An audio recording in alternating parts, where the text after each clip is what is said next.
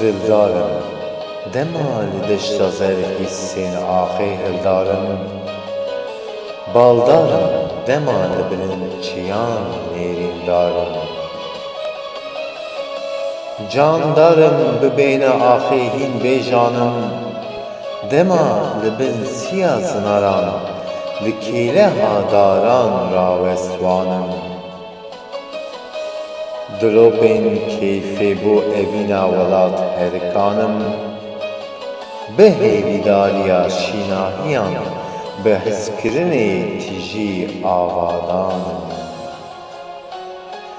Revamanım ger nasandina gelê û çandê pamestwanım.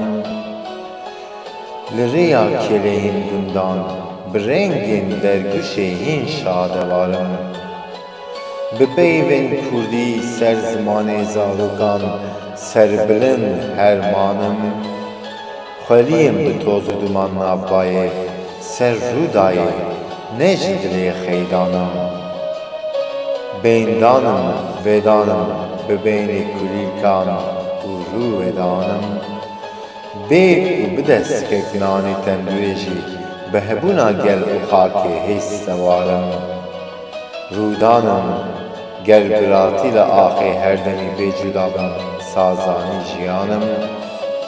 Bextiyarım, dema aşiqî bi xizirane û jînê bi huzûrê pêşwazım. Bi bêhna axê tevî kenên bi nefsane, her şad û bextewarım. Bi destanên gelerî tevî lorînên xeme, êm bê êşq û elem, serbilindî darim. Dema çareserî zinav jiyan û bi gelan, bû giştî û civak jiyanım.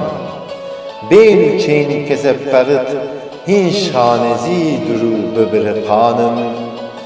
Bê xizaniya gelan mîna kulîlk û ardû, hîn jîne û biviyanım. Bê zivir pergalên ferzane çareserî, hîn hêvî û bêbarım. Darim, ji bo însanê dildarim, sazana aşiqî bi coşe ramûsanım.